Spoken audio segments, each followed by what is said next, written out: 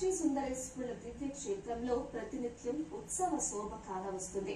తమిళ సంప్రదాయం ప్రకారం జరిగే ఉత్సవాల్లో ప్రత్యేకమైనది, విశిష్టమైనది అమ్మవారి తిరుకల్యాణ మహోత్సవం.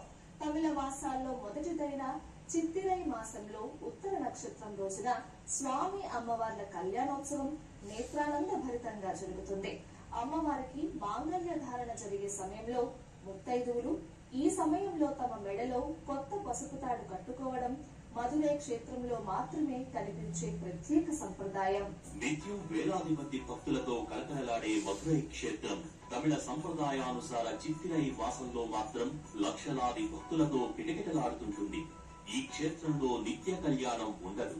కేవలం ఏడాదికోమారు మాత్రమే స్వామి అమ్మవార్ల వార్షిక కళ్యాణ మహోత్సవాన్ని నిర్వహిస్తారు. చిత్తిరై మాసంలోని ఉత్తర నక్షత్రం